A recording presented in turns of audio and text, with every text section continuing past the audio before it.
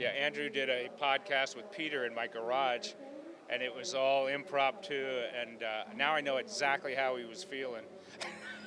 Under the gun, you know? Yeah, it's like, I don't know what to say.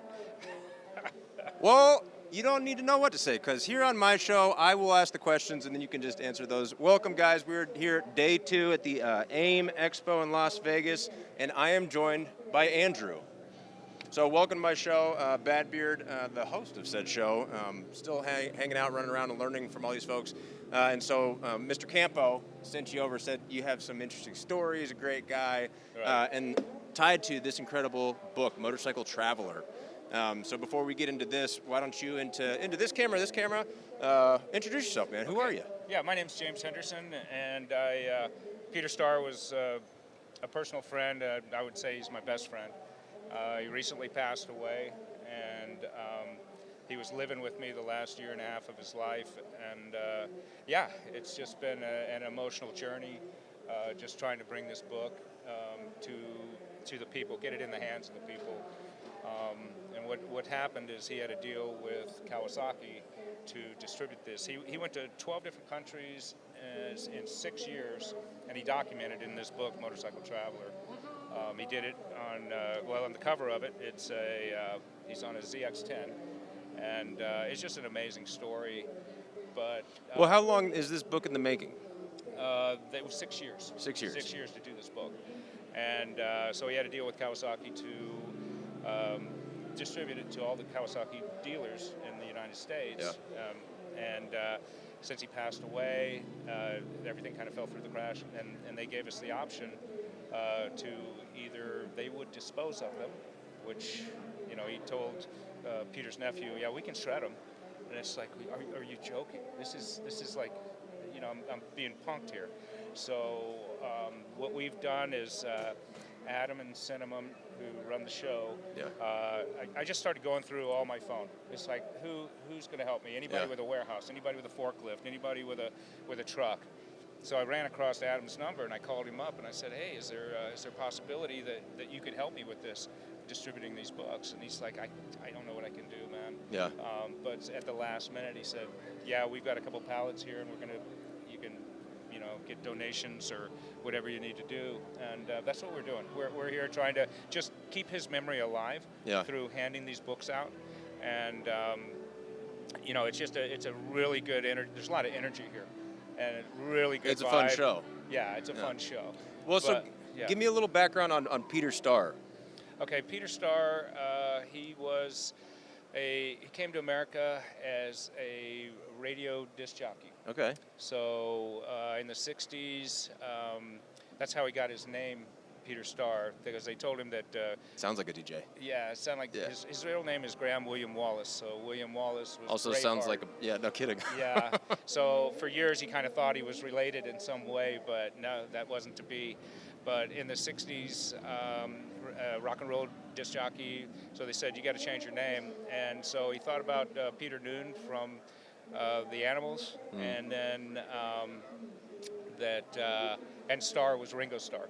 So with 2 R's. Yeah. So he became Peter Starr. Yeah. But, personal friends with Eric Clapton, Peter Townsend, he told me multiple stories. I mean, we drove across country one time from California to Colorado, my home here in Colorado.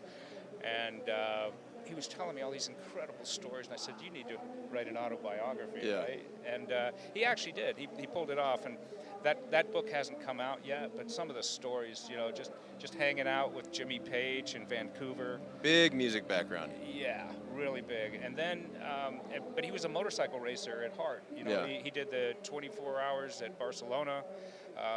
So he worked for Triumph Motorcycles. And he's just an incredible history. So anyway, I miss him. He passed away on July 3rd. At my home. Yeah. And that was in Colorado? That was in Colorado. What did he pass from? He had prostate cancer. That'll do it. Yeah. So, but he's wrote a book on prostate cancer. He, basically they wanted to do surgery. He said no way, and he beat it by 18 years. Yeah. And he went all over the world and he talked to. Didn't waste that borrowed time. He definitely didn't. Well, and then correct me if I'm wrong, Mr. Andrew Campo mentioned that he was a bit of a pioneer when it came to like shooting from the bike. Like he was big with the camera units. Yeah, he was the first one to ever put a camera on a motorcycle. So that because that's a lot of what I do. Yeah. So he did that at the Stroh's Mile, and forgive me if I can't remember whose bike he put it on. Yeah. But it was at a dirt track, and but yeah, he was incredible that way. And I was good friends with Sammy Tanner, and Sammy introduced me to Peter, and yeah, just we were at the Sacramento Mile, and we became good friends right out of the gate, and yeah, the man knows everybody. Well, so what was that experience in the history that kind of like began to influence, cameras on bikes, cameras in races, cameras? Yeah, well, a lot of people don't know that. So he produced over 40 movies, motorcycle movies. Oh wow! And so he Take It to the Limit was his movie, and that was real popular at the time when Bruce Brown did On Any Sunday. In fact, he actually approached Bruce Brown a couple of years earlier talking about making a movie on motorcycles, and he didn't want to do it. He had just done On Any Sunday, the surf movie, and he didn't think it would take off, so he didn't say anything, or he just said, okay, nice, but I don't think it's going to work. And then he came out with On Any Sunday. So Peter was a little pissed about that. Yeah. But it's just the industry, and that's how that works. But a lot of people don't know that he's the one that got Mike Halewood to come back to the Isle of Man. Okay. After he'd retired. So Peter got him a bike, and he put a 7-pound camera on his head, and he narrated a lap of the Isle of Man, which is 37 3/4. When at this point is he's just duct taping that sucker on, or what was? He was a little more involved in that. A little less crude. Yeah, a little less crude, but it was still heavy back then. Yeah. Cameras and batteries were heavy, and they had to balance it out. Yeah. But Mike Halewood was able to cut a lap with a camera and narrating faster than most people qualify. No kidding. For the actual race, and so he decided to come back in '78, and he was on a Ducati, and he won that year. There you go. So, but yeah, that was in the movie Take It to the Limit. Well, then, did Peter serve as kind of a consultant, or like, did people reach out to him or like, hey, so I saw that footage, that's incredible, we want to implement that into our rig, or did he ever go into business doing something like that, or was it? He did everything he could. He was such a good promoter, and he was just a genuine human being, and he got taken advantage of, I'm quite sure. That's, he was waiting for that big break, and he didn't get it. If you've ever seen the footage of Kenny Roberts on the TZ Dirt Tracker at the Indy Mile, that was Peter's footage. Okay, so a lot of people, and I'm not saying any names or anything like that, but that footage was taken from him by certain folks. Industry. Yeah. And he never got credit for that. So he was going to go legal and do this, that, and the other. But hey, we got better lawyers than that you costs could ever. Money, man. Yeah, I can relate to that. But that was his footage. So if you've ever seen Kenny Roberts bouncing off those hay bales, guess who filmed it? Yeah. And he didn't get the credit that he deserved. So I mean, that's kind of the story of his life. But I love the man. He was my best friend.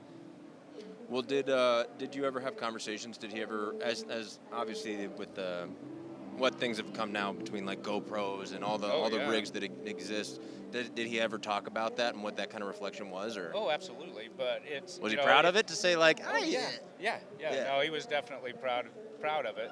But yeah, it's if only the foresight was as good as the hindsight. It's kind of the conversations that we would have. Yeah. But no, he was just the people he knew, the things that he's done, just amazing. So we're just here trying to keep his memory alive, and great.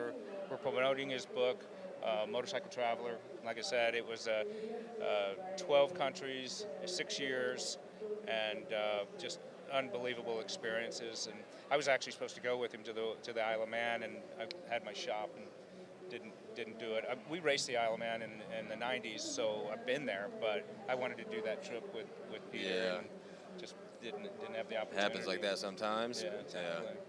Well, I really appreciate you coming on and talking about Peter. I think that's so cool, the background, with all the rigs and everything like that, because that directly affected me and how I've been shooting since then. So to have a connection to it, that's pretty cool. Yeah, he was such a big influence on a lot of people in the industry. So, but he sounds like a kind of a guy that would, like, rather than monetizing and proprietizing, he was just more apt to give it away to serve the community than make it. Yeah, these conversations that I would have with him over a beer, sitting at a local pub someplace, and he would, he would tell me all these different stories. But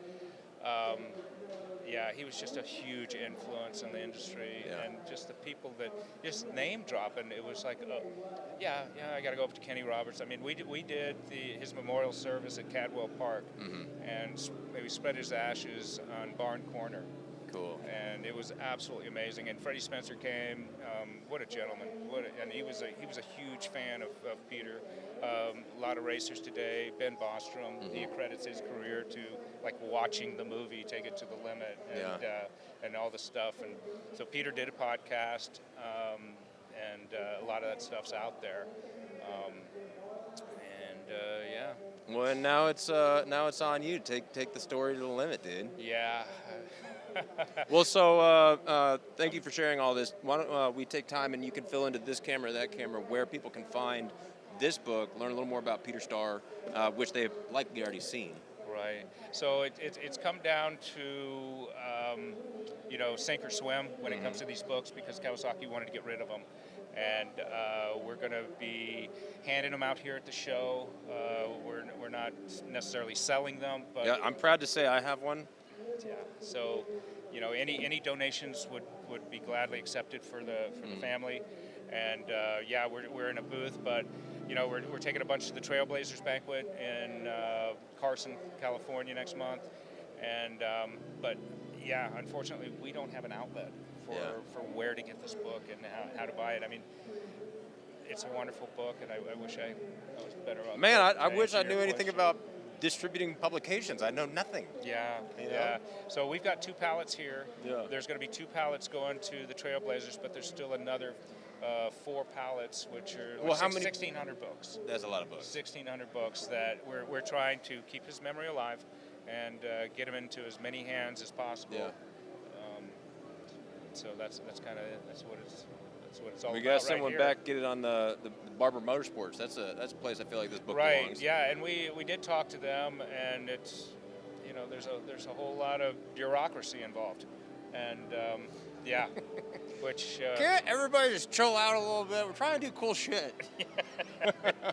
Exactly. Yeah, dude. Exactly. So, well, Hot Dog, I appreciate you coming on and talking about Peter and sharing his memory. The book is great, the photos are great, and honestly, it is really cool to me to feel like I have a small connection to arguably somebody that has directly affected my life substantially.